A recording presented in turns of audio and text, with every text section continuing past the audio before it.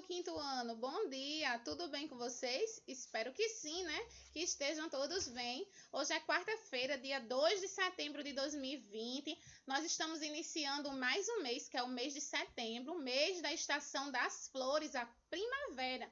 E eu quero que vocês comecem a nossa aula de hoje de língua portuguesa, bem animados, bem dispostos, jogando essa preguiça fora e prestando atenção na nossa atividade de hoje.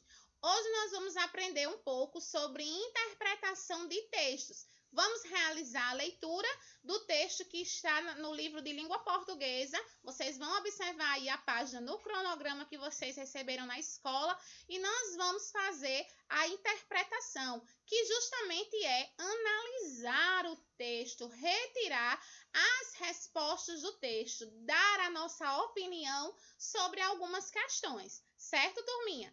Para início de conversa, a tia trouxe para vocês hoje algumas dicas para que essa atividade de leitura e de interpretação de texto ela fique mais fácil, mais simples de ser resolvida. Então, no número 1, que é a dica inicial que a tia trouxe para vocês, eu escrevi aí que nós precisamos sempre identificar os conceitos apresentados em cada parágrafo. O que isso quer dizer? Quando a gente pega um texto para fazer a leitura, o texto ele vem dividido em parágrafos. O parágrafo é aquilo que começa longe da margem e termina lá no ponto final, certo? Então, analisem o texto de hoje, observando o parágrafo inicial, primeiro parágrafo, certo?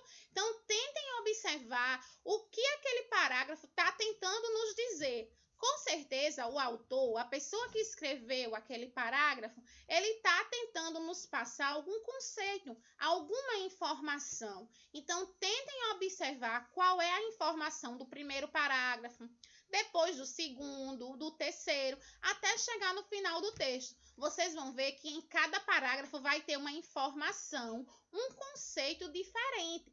E nós precisamos saber o que cada parágrafo está tentando nos dizer através da leitura, certo, turminha?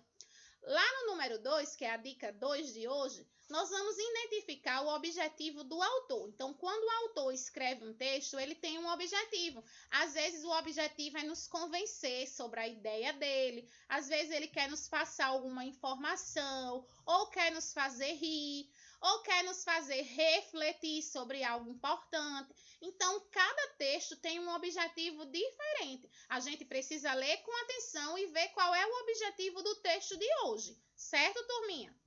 A dica 3 é o seguinte: vocês precisam analisar a linguagem que foi utilizada no texto. Muitos textos possuem linguagens diferentes. Nem sempre a linguagem, a escrita que foi utilizada é a mesma. Às vezes o autor opta por escrever um texto engraçado. Então, ele vai usar palavras coloquiais, comuns, do dia a dia. A linguagem que a gente utiliza com os nossos amigos, com os nossos colegas da escola. Outros autores, eles preferem escrever de forma mais padrão, observando as regras da gramática, as regras da língua portuguesa. Então, geralmente, em textos assim, a gente não vai encontrar palavras do dia a dia, palavras de uso coloquial. A gente vai encontrar palavras bem certinhas, organizadas, de acordo com a norma culta, padrão, de acordo com o sentido do dicionário. Certo, turminha? E uma dica que eu acho muito importante é a dica 4. A tia colocou aí para vocês sublinharem no texto as ideias que são mais importantes.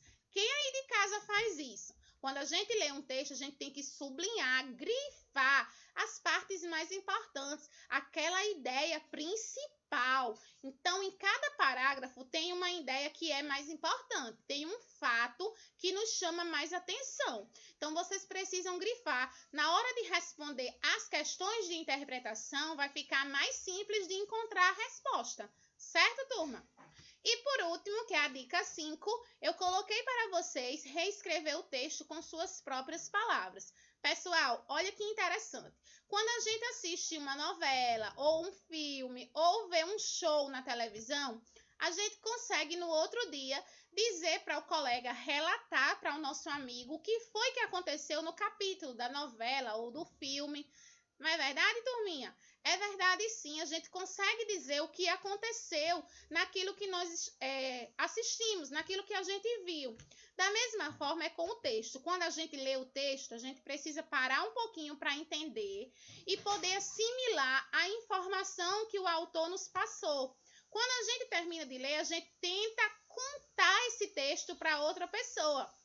Então, façam isso hoje. Quando terminar a leitura do texto de hoje, do livro de língua portuguesa, tentem contar essa história para alguém que está aí na casa de vocês, papai, a mamãe, ou o irmão, ou até mesmo o seu colega, o seu vizinho. Tentem contar para ele o que está acontecendo no texto que você leu, sobre o que ele fala, certo? É uma forma de você aprender um pouquinho mais sobre leitura e interpretação de texto. Combinado? Agora sim, nós estamos prontos para a nossa atividade. No livro de língua portuguesa, vocês vão abrir lá na página 56. Lá vai ter o nosso textinho de hoje, a nossa leitura do dia, certo, turminha? Um texto muito legal chamado O Parto da Montanha. Pessoal, esse texto ele é classificado em um gênero textual chamado de fábula. As fábulas é um tipo de texto em que sempre nos traz uma moral da história. Então, eu quero que vocês observem que no final desse texto, vocês vão ver aí uma frase em destaque chamada moral da história, que nada mais é que uma frase para que possa nos fazer refletir sobre a história do texto. Ele vai nos colocar aí uma frase de reflexão em que nós vamos parar para analisar e ver se ela tem sentido ou não, se nós concordamos ou não com o que o autor nos repassou de informação nesse texto, certo, turma? Vocês vão observar que o texto também trouxe o vocabulário com aquelas palavras que estão em destaque, desconhecidas, para que a gente possa conhecer o significado do dicionário delas, certo? Então, leiam o texto com atenção, grifem as partes importantes, verifiquem os parágrafos que está começando lá longe da margem, termina no ponto final, vejam aí o que cada parágrafo quer nos dizer e vamos para as questões de interpretação, certo? Lá na página 57, o número 1, ele pede o seguinte: escreva uma única frase na qual constem as palavras terremoto e vilarejo. Não copie do texto. Então, pessoal, nós temos aí duas palavras, terremoto e vilarejo. O vilarejo é um lugarzinho pequeno onde moram algumas pessoas, tá? Então, vocês vão fazer aí apenas uma frase envolvendo terremoto e vilarejo, certo? Fácil, né, gente? Vamos para o 2. O 2, nós temos um diagrama, um caça-palavras. Lá ele pede para que a gente encontre o sinônimo das palavrinhas do quadro.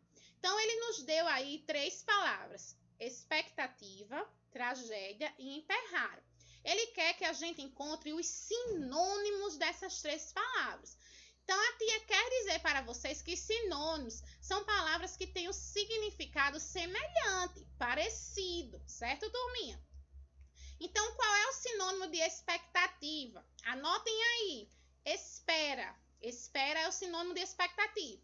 Qual é o sinônimo de tragédia? Catástrofe.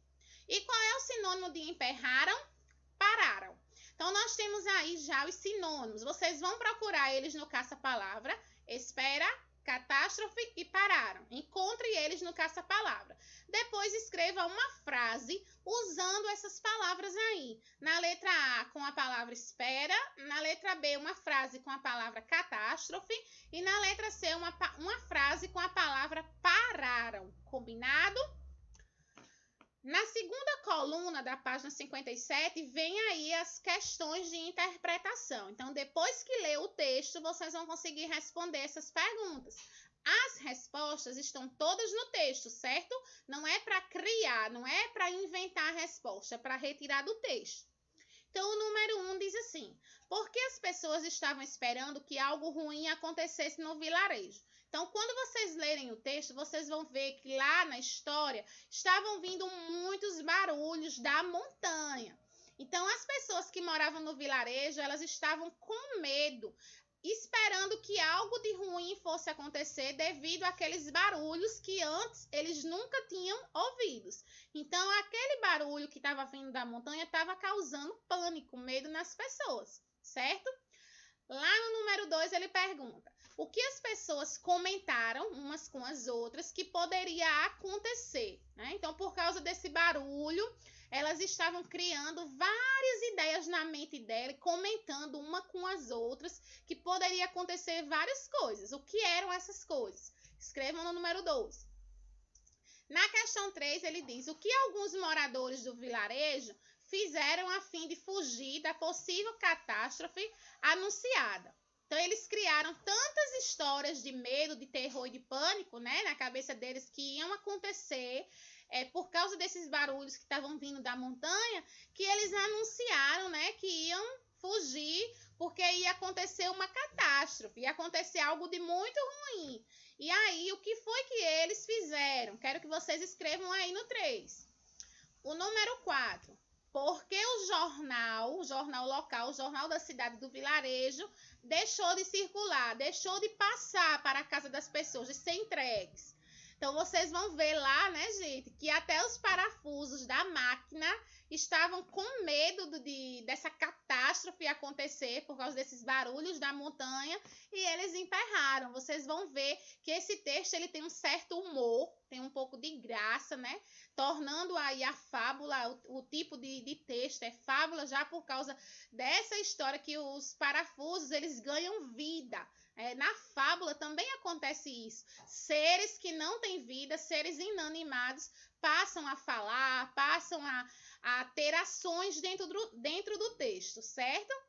Já na questão 5 diz o seguinte: no dia em que a montanha finalmente rachou, que foi que aconteceu? Então, aconteceu uma coisa bem engraçada. Quero que vocês contem aí no número 5. É só ler o texto que a resposta está lá. Certo, turminha? Vamos para a página 58. São questões pessoais, questões que vocês vão refletir, vão pensar um pouquinho e vão colocar com as próprias palavras de vocês. Então, número 6. Você concorda com a moral da história? Então, lá no texto, no final do texto, está dizendo qual é a moral da história. Então, ele diz assim: grandes expectativas nem sempre correspondem a resultados grandiosos.